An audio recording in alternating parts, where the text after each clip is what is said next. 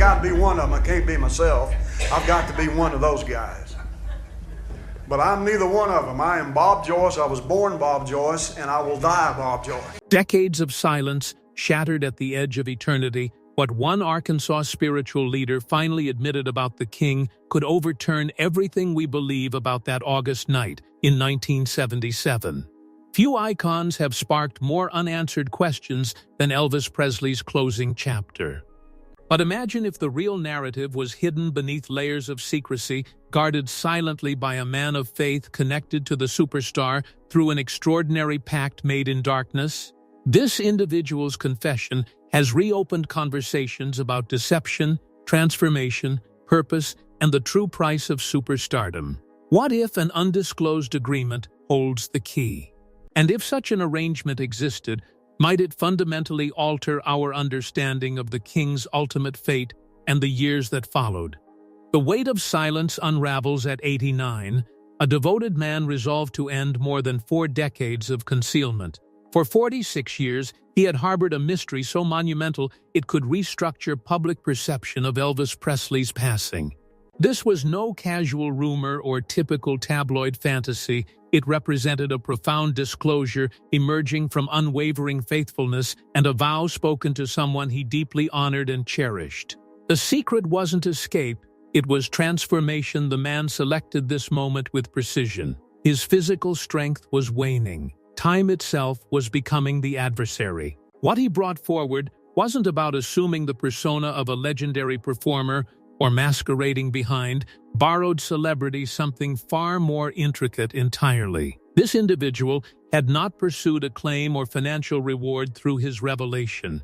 Instead, he surrendered evidence to a tight circle of investigators who had methodically built his confidence through patient, determined work over extended periods. His starting declaration was measured and solemn, confirming this narrative transcended sensational shock tactics. It was instead a sacred commitment finally gaining voice. "I'm not attempting to persuade," he stated.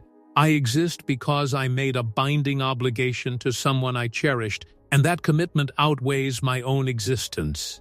This statement reframed the entire matter as something rooted in morality and spirituality rather than manipulation or self-promotion. Behind those opening remarks stretched decades of deliberation and extended, intentional choice to preserve this account for an era when genuine comprehension might triumph over tabloid hysteria.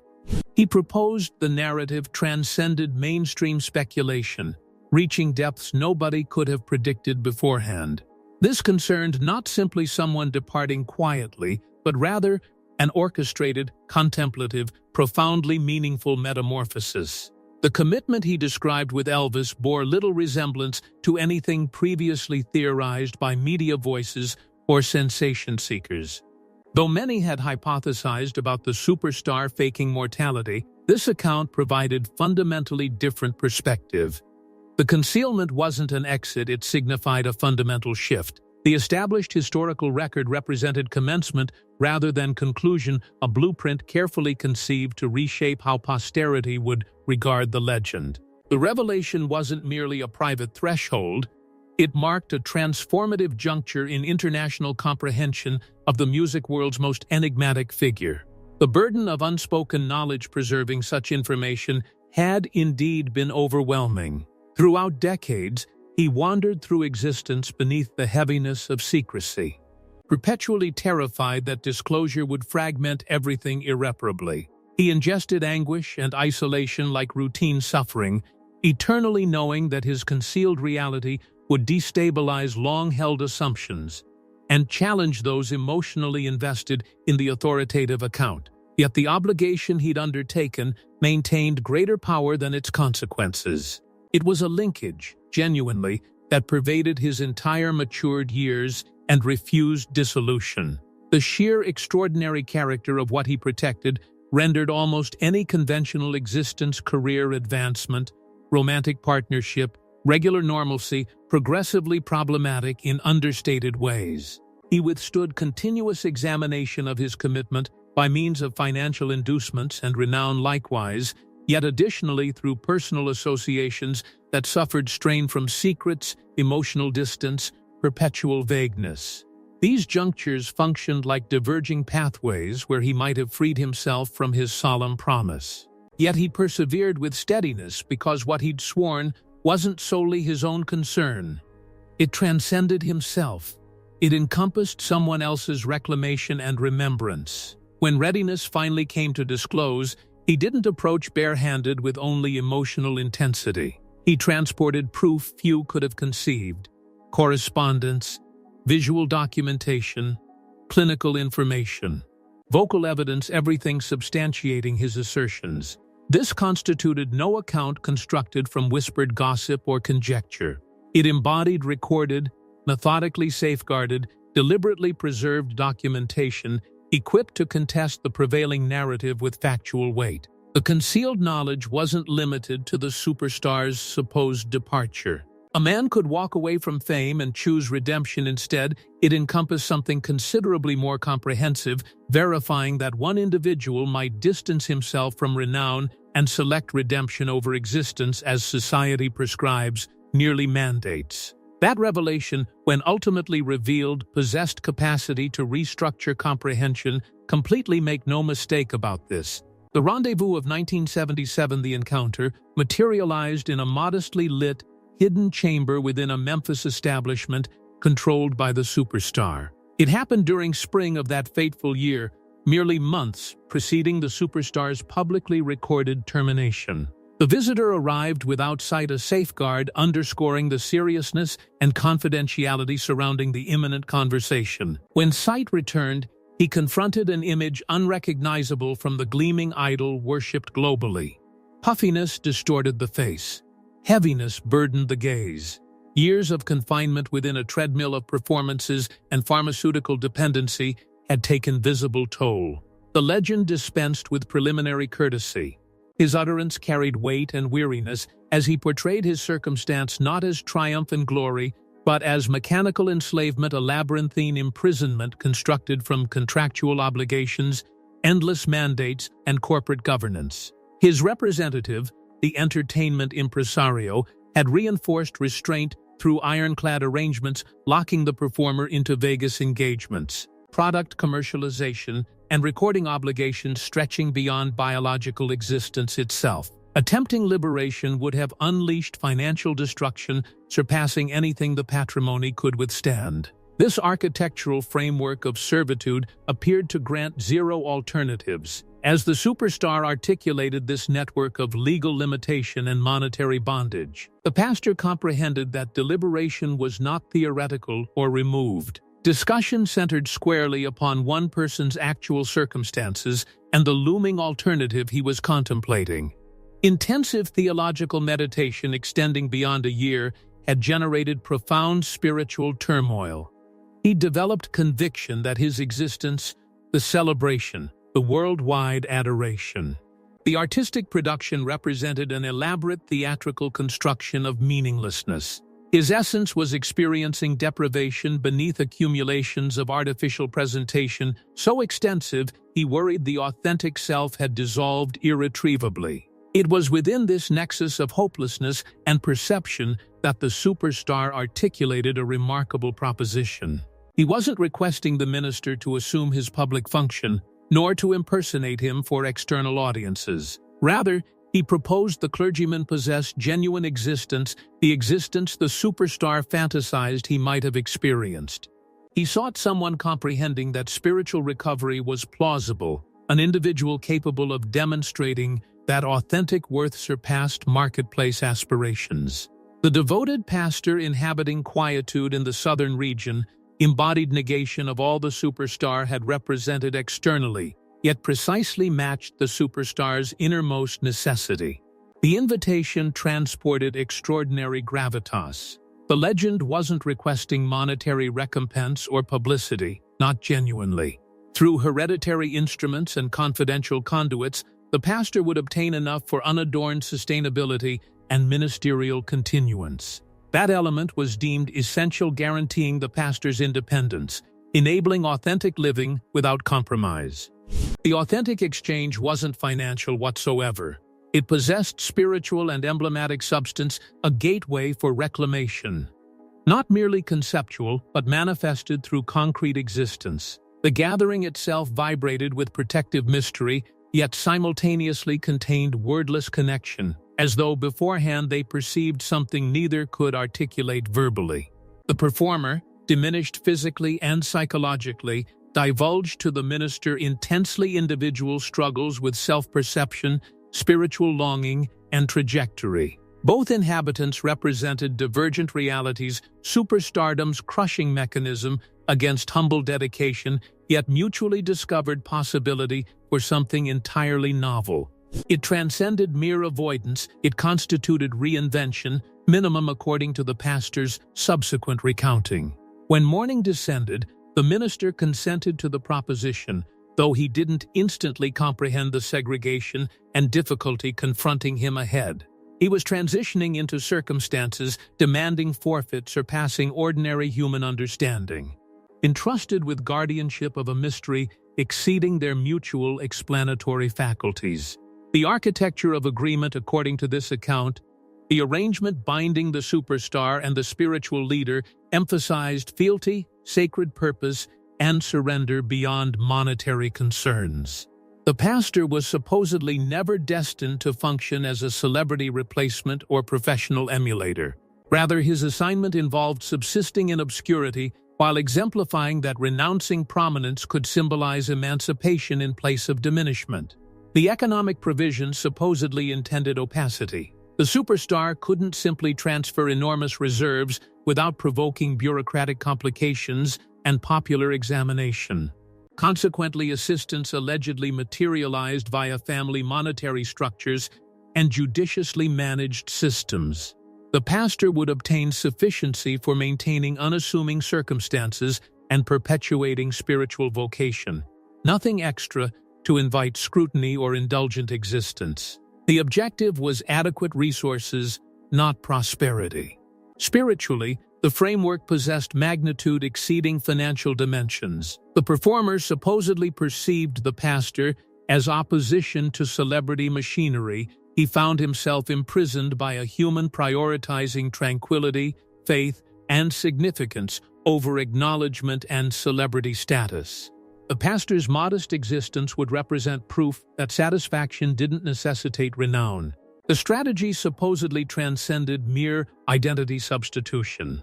Relations, particularly the superstar's parent, were reported as orchestrating certain components. An immersion ceremony in the southern region throughout 1978 was explained as emblematic fresh commencement, representing dedication to the existence he was supposed to maintain.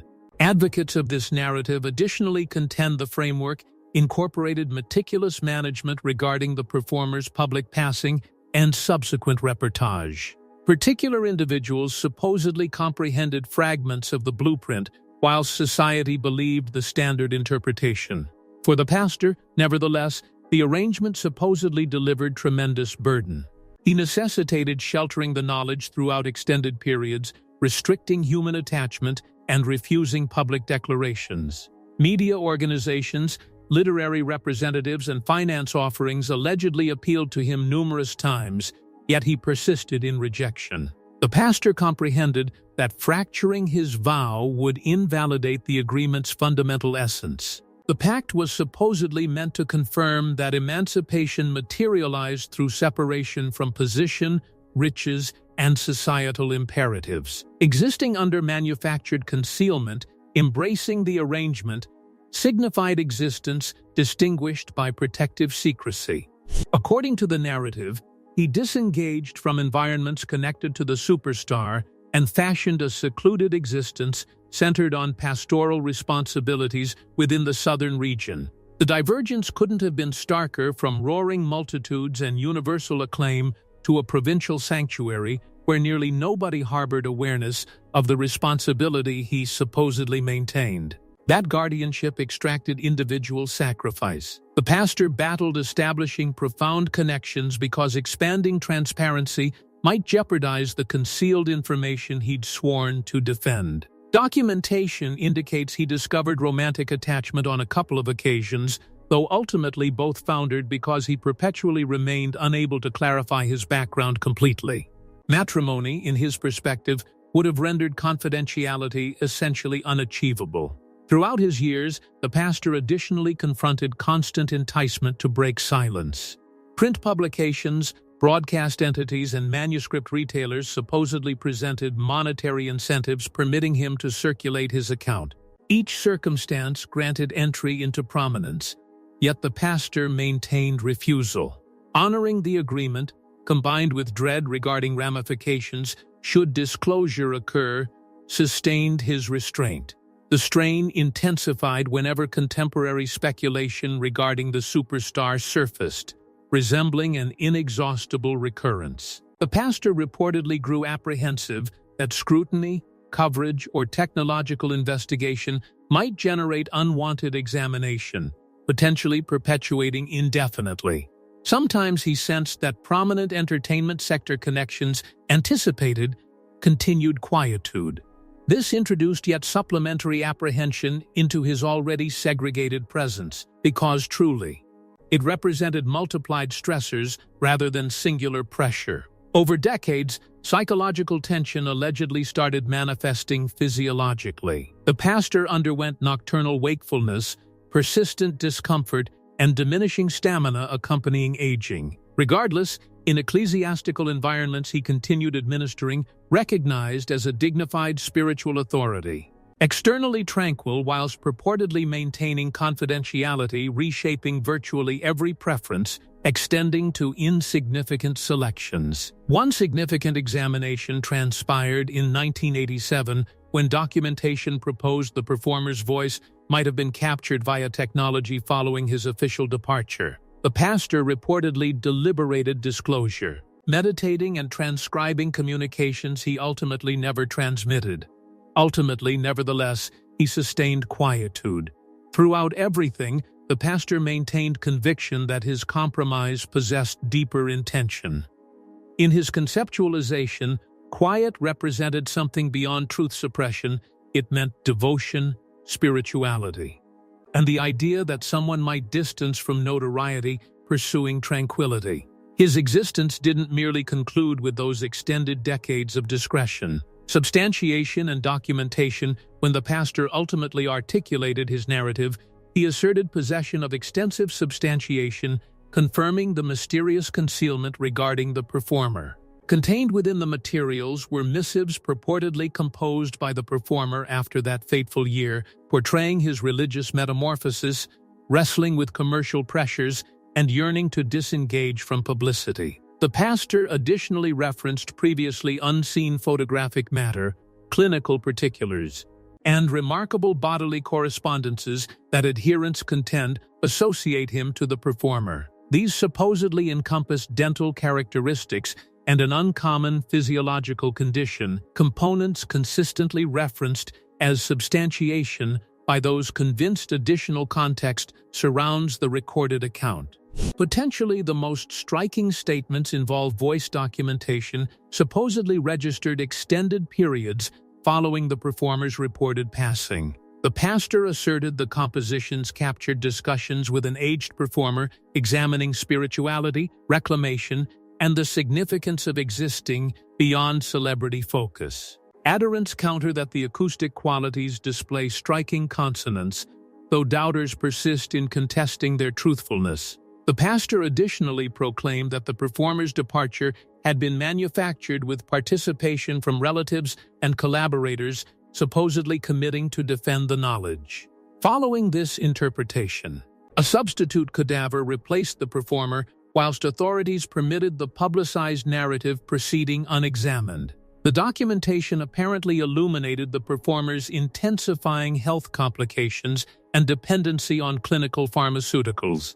They portrayed someone comprehending that maintaining his trajectory might ultimately compromise his endurance. And that separation appeared like his singular pathway toward biological persistence and psychological serenity. Living authentically sometimes demands leaving everything behind. The most remarkable assertion, maintained the performer persisted into the 1990s, inhabiting 2 supplementary decades beyond notice before expiring normally. None of these assertions possess conclusive substantiation through independently verified documentation. Nevertheless, collectively, they constitute the foundation of the pastor's contentious account. For advocates, the records and captured communications propose a deliberately concealed subsequent narrative. For questioners, they endure as extraordinary declarations needing extraordinary substantiation. Impact and spiritual reclamation. The pastor's narrative restructures the enigma encircling the performer by redirecting concentration from celebrity and loss toward reclamation, individuality, and autonomous determination. For extended periods, the performer has been commemorated as an international personality whose existence concluded beneath celebrity's crushing burden. However, the hypothesis regarding the pastor recommends alternate likelihood that escaping recognition might have indicated concluding liberation. Within this interpretation, the proposed arrangement never concerned fame preservation. It concentrated on proving that someone might distance from renown, fiscal gain, and external pressures, pursuing something considerably more purposeful. The pastor's modest existence and ecclesiastical contribution are portrayed by advocates as verification that quietude possesses greater value than applause and significance surpasses recognition. The narrative fundamentally critiques societal fixation on celebrity mythology. The performer possessed everything billions yearn for: monetary abundance, leverage, and international prominence, yet somehow these identical elements allegedly transformed into constraints, generating disconnection. The conception that he perhaps selected humility over celebrity standing reorganizes his mythology into something far more penetrating, genuinely disconcerting. Supporters of the pastor's explanation additionally reference family relations and purported collaborators contributing to preserving the knowledge. They contend quietude wasn't sustained for profit. Alternatively, it aimed to shelter a choice meant to furnish the performer a possibility for alternate trajectory. Irrespective of whether you embrace these assertions or maintain reservation, the account propels one toward contemplation, transcending singularly one biography. What constitutes authentic prosperity? Is achievement consistently equated with prominence retention? Or might accomplishment sometimes involve departing without broadcast? The pastor's hypothesis essentially introduces yet supplementary dimension to the performer's mythological standing. Beyond anything, it stimulates reflection concerning visibility, individual sovereignty, and sacrifices we'll accept, enabling existence resonating as genuinely ours. By the conclusion, the pastor's hypothesis essentially superimposes supplementary interpretation upon the performer's legendary status. And predominantly, it prompts reconsideration concerning celebrity, liberation, and what comprises authentic victory might sometimes signify relinquishing prominence, seeking enduring serenity. The pastor's explanation fundamentally transforms our comprehension of the performer, disclosing a concealed bond centered upon spirituality, forfeiture, and reclamation. It provides potent testimony that legitimate accomplishment sometimes necessitates withdrawing from prominence, locating sustained peace. If this narrative affected you, demonstrate your engagement by selecting the appreciation button and subscribing to Crime Brief for supplementary concealed truths transcending journalistic coverage. Continue viewing by selecting the subsequent content appearing presently, where yet another astonishing revelation awaits revelation.